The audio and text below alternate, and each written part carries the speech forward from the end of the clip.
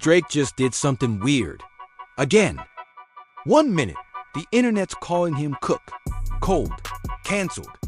After Kendrick dismantled him in a lyrical hit job that turned into a cultural shift, people were treating Drake like a relic in icy chain with no warmth, a ghost of the guy who once ran summer after summer. But now, he's skating back onto the stage. Literally. Welcome to the Iceman era. What the hell is this rollout? Why is LeBron James narrating like this is a Nike ad from 2010? Why does this look like a Netflix hockey doc, but feel like the prologue to an emotional breakdown? And more importantly, is Iceman a comeback? Or just the sound of Drake cracking under pressure? Let's break it down. Frame by frame, bar by bar, move by move. To understand Iceman, you gotta understand where Drake's at. Not geographically, emotionally, culturally, career-wise. Drake is not used to losing. For over a decade, he was the industry's golden child. Every summer, he dropped an anthem. Every album platinum. Every feud, he either survived or somehow flipped it into a win. But Kendrick didn't just rap better. He broke Drake's image. He exposed insecurities, questioned his relationship with his son, clowned his obsession with younger women, and made a mockery of his mafioso cosplay. And worst of all, the culture agreed. So now Drake's not just licking wounds. He's trying to rebuild an aura that was once bulletproof. And the ICEMAN Rollout? That's his first swing. Let's talk visuals. The trailer is a frozen tone poem. Cold rink, empty bleachers, VHS filter, and then ... LeBron. Some men dream of being dominant, others are built to be. That's how the voiceover starts. Deep, inspiring, but also low-key hilarious if you've been paying attention. Because LeBron, the same guy who was recently vibing to Not Like Us with Bronny, is now narrating Drake's redemption arc. That's chess, or maybe it's desperation. Either way, it's strategic. Drake wants to reframe the narrative. He's not losing, he's training. He's not exiled, he's isolating for greatness. The ice rink symbolizes solitude, reflection, the Zamboni smoothing over scars. And then there's Drake ... skating. Alone, like he's both player and ghost. Why call it Iceman? It's not just a flex, it's a metaphor. In basketball, the Iceman was George Gervin smooth, silent, unstoppable. Drake saying, he's still cold, still emotionless, still unfazed. A throwback to when he let the music speak, not the mess. But there's something sad about this version. He doesn't look like a man on top. He looks ... haunted, frozen. Like Elsa, but with trust issues.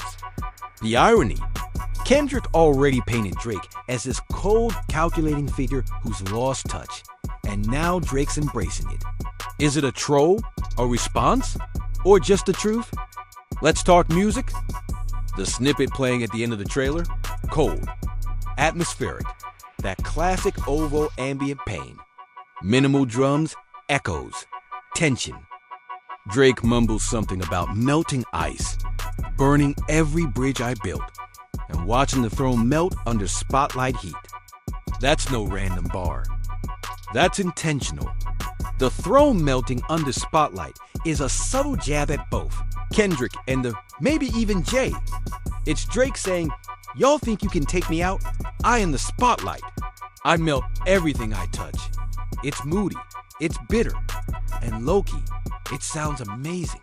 Like Drake's finally back to bleeding on the beat instead of tweeting. Let's talk about this Drake-LeBron-Kendrick triangle, because it's messier in a group chat after a breakup. LeBron danced to Kendrick's diss. That wasn't just a vibe. That was symbolic. Bron co-signing the op, on Instagram, in public. No loyalty. So what does Drake do? He doesn't respond with shade. He puts Bron's voice in his comeback. That's psychological warfare. It says, even when you switch sides, I still control the narrative. Or maybe Drake just paid for a voiceover, and Bron didn't even know. Which honestly makes it funnier. The location matters too. Drake's skating in Toronto. His home, but it feels alien, cold, lifeless. He used to film music videos in front of the CN Tower. Now he's somewhere in the suburbs, alone in a rink like he's prepping for a junior league tryout. That's a metaphor for how disconnected he feels.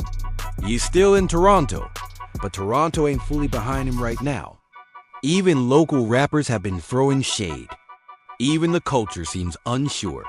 So what does Drake do? He embraces it, becomes the villain, the recluse, the Iceman. If this were a movie, this would be the part where the hero disappears into the mountains before his final battle. Drake is building mythology. So here's the real question. Is this rollout effective? From a branding perspective, kinda. It's cohesive. Visuals are clean. Tone is focused. The mystery works. He's back in less is more mode, which is when Drake is most powerful. But emotionally, it's risky. Because if the music doesn't match the coldness, if he drops a soft R&B ballad about strippers and Dubai flights after all this dark buildup, it's cooked. And let's be real, Kendrick's still out there, untouched, still dropping hits, still trending without saying a word. So Drake's skating on thin ice. Literally and metaphorically. Iceman isn't about a song, it's about a statement. It's Drake saying, "You tried to kill my image. I froze it in time instead." It's a reclamation, a reinvention, or maybe just a mask. Because under all that ice, there's still a guy who got hurt, who got humbled, who's skating in circles trying to find a version of himself that people will believe in again. And that's the most Drake thing ever. So what do you think? Is Iceman a genius pivot, or just PR with a scarf on?